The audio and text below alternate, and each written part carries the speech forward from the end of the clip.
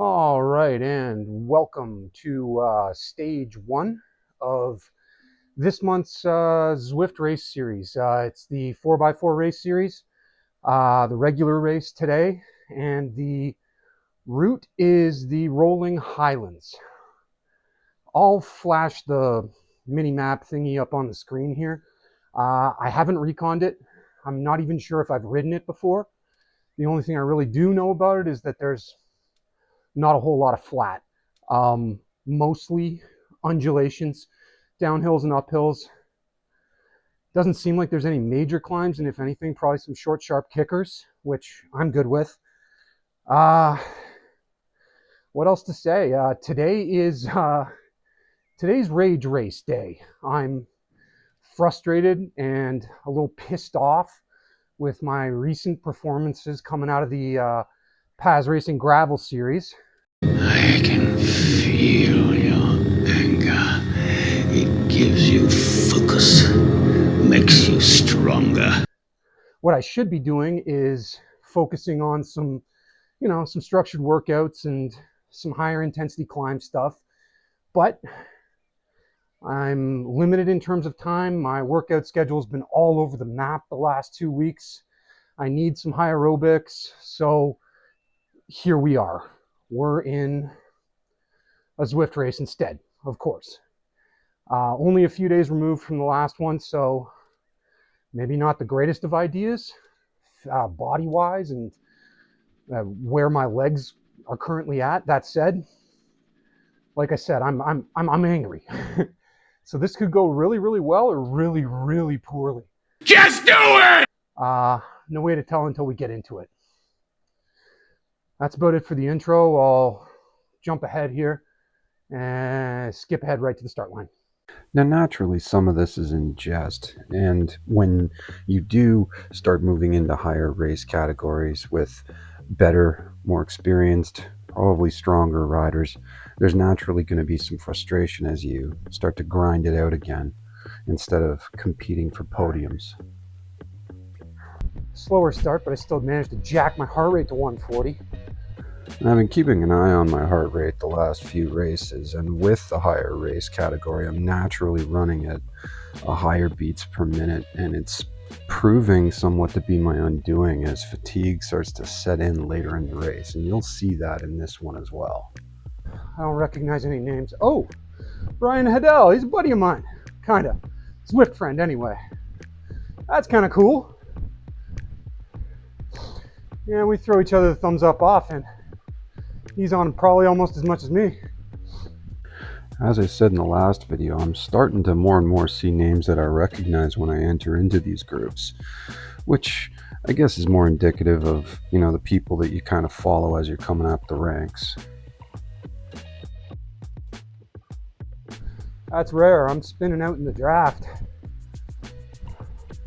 North of 100 RPM.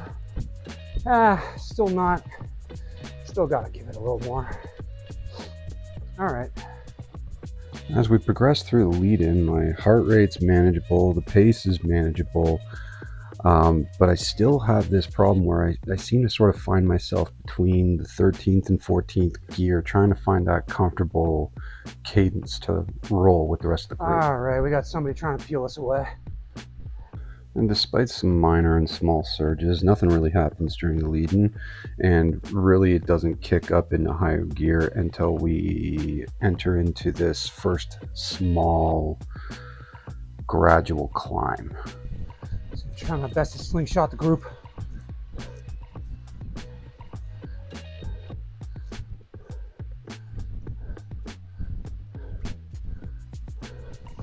Slingshot too much. Laying down power at the base of the climb and then slingshotting the draft so that you maintain a lead spot with the lead rider group has proven a good strategy for me. In this race, it's no different. The only problem here is that I don't sustain that power output through the top of the climb, and I actually start to lose position on the lead group here. It's still early, so it's not that big a deal, but still. There he is. My man in the lead. Atta boy. Here it doesn't matter, and the pace slows up again. So it's still early in the race. Nobody's pushing too hard, but you can see later on that it will become a problem. Heart rate's high. All right, settle down.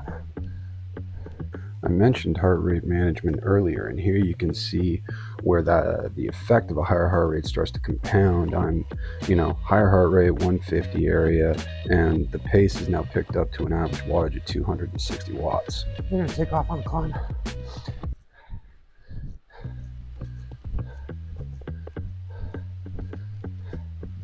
Yeah, they're doing it.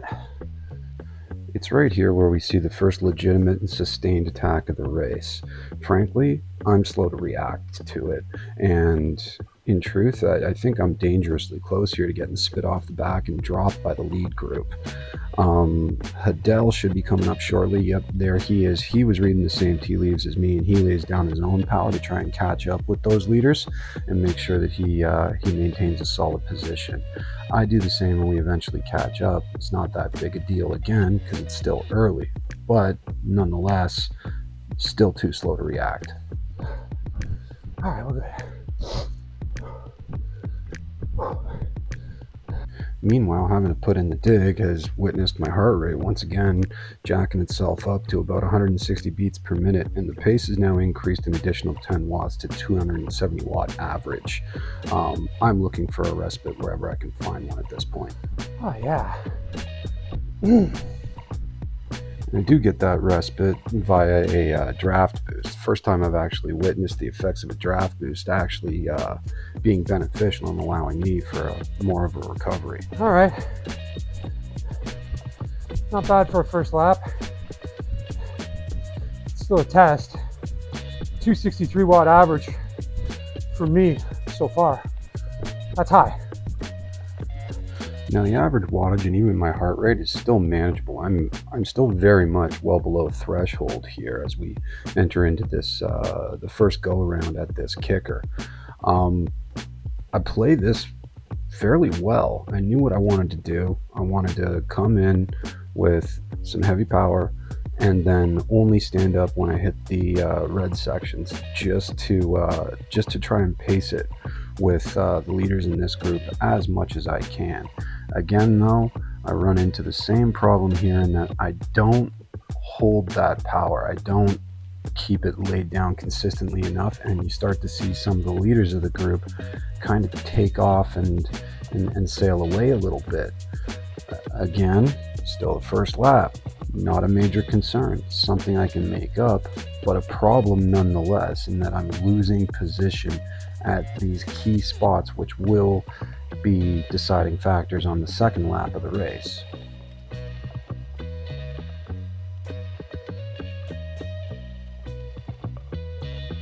Come on, Feather. Yep. I'm not usually one to hang in and pray for power-ups, but in this particular case, with this particular race group, the pace has me somewhat on my limit, and I'm becoming fully aware of that as fatigue starts to set in. Gotta pick it up, guys. And if I had to read the room, I would say that the rest of this chase group I find myself in is probably feeling the same way, because again, nobody really wants to lead out and drag everyone else with them to catch up with the rest of the leaders. We eventually do, but it's a troubling and concerning symptom that could be my undoing later. Group's moving. Been gapped a couple times. Hang in there, but heart rate's high. Just me recognizing everything I just said in real time as the pace starts to become more and more unmanageable for me as we approach the end of it here. Huh. 13th gear. God, here we go again.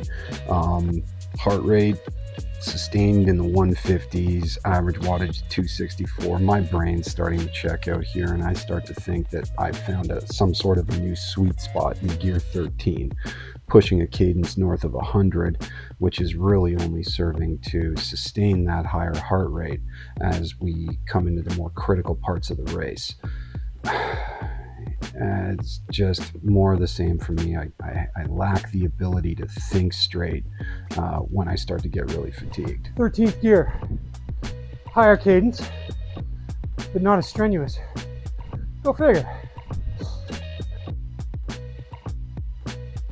Between proper gearing and knowing when to stand, damn.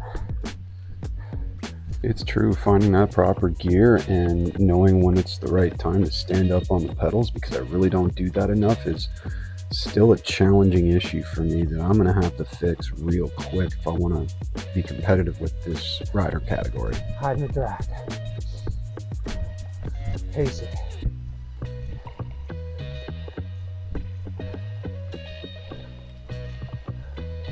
Wattage is better this time around. I play this part of the climb pretty well. My wattage isn't hopping around everywhere, it's staying steady and below threshold, but I am holding a higher cadence north of 100 RPM, and that's keeping my heart rate in the low 150s, which again is on the high side for me. I don't think it's a spot to break away yet, dude. Credit for trying, though. Now, I pride myself on knowing the right and the wrong time to break away, because I spend so much time really chasing the guys that actually do it. That being said, right here, I'm dead wrong. These guys break away, and I think that they knew exactly the right time to catch everybody napping. Here I am, fumbling around in 13th gear, thinking, no worries, I'll just, steadily try to keep up with them as best as possible, and I'm late to the upshift, realizing that I'm losing ground and losing ground very fast. I'm going to be hard-pressed to catch up now, and I'm going to have to put in a dig. Somebody drag me. Thanks, Brian. And let's just shout out Hadel for the assist here, because as much as I want to put in a dig, like I was saying, my heart rate's running high because of the higher cadence in the lower gear, and now I'm struggling. We're gonna swallow. And I'm right here. We do swallow, but it's more dumb luck than it is strategy as we pick them back up coming over the top of the kicker that's coming up here. Oh, come on, guys.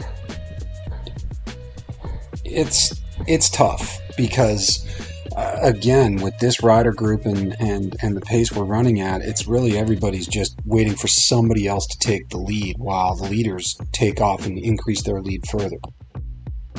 I'm going to freeze it up here because this is where I make the most critical error of the race. My heart rate's sitting too high at 154 coming into the kicker, 109 cadence, and really I'm standing up on the pedals now well before we hit the red portion of this kicker, and it's gonna take everything out of me and really just peak my heart rate right to 160. Because of that, I can't lay down sustained power moving out of the peak of the climb, and this is where I completely lose position on the other riders in the race. Here we go. It's this exact spot where I know if I put in a dig right here, I got a shot to keep up with the lead group and secure a spot in the top 10. But again, with my heart rate as high as it is, I just don't have any gas left in the tank to really maintain that pace. You blew it!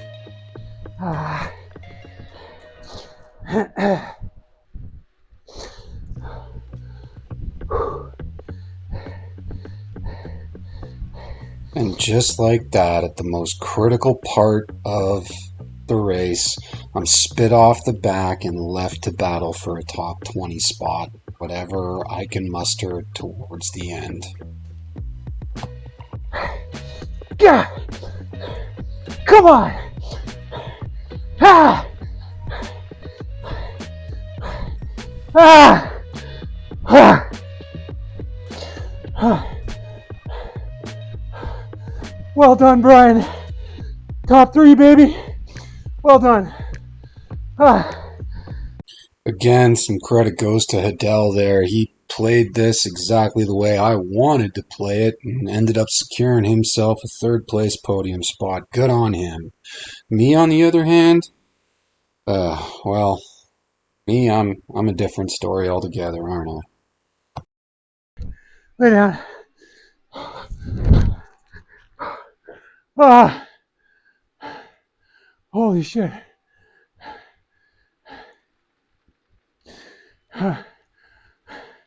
Ah, You see what the higher race category's doing to me. I think this is like the third race now that I've had no choice but to get off the bike and just lay down. that's better. Not angry anymore. Petered out at the end though. Ah, stupid fumbling with gears when you're in the lead pack. What are you doing? Just hold it. Ah, you had the feather, you played it right. You just got gapped in the last kilometer and a half. Ah, damn it. Couldn't have said it better myself in hindsight. Just too much time spent fumbling with mid race changes that were completely unnecessary and probably cost me a decent top 10 finish. I don't know. Better. Better than the last race I finished fourth in. Definitely better than the race before that. 3.0 for 20 minutes, 267 watt average, which is in and around where a lot of other guys are pushing. Brian, 256, 3.0. About the same as me, but he played it better. Sure, and Taducci, 3.4 watts per kg. That's the competition. Mid-level Cat C. These guys are good. Strong. Stronger than me anyway. And that's probably true, but if I could just manage to have one race where I stay out of my own head and just string together one solid effort, the odds are pretty good that my finishing spot is going to be, that much higher than the 12th place that I ended up with here. Angrily cranking watts on a Thursday. Peace.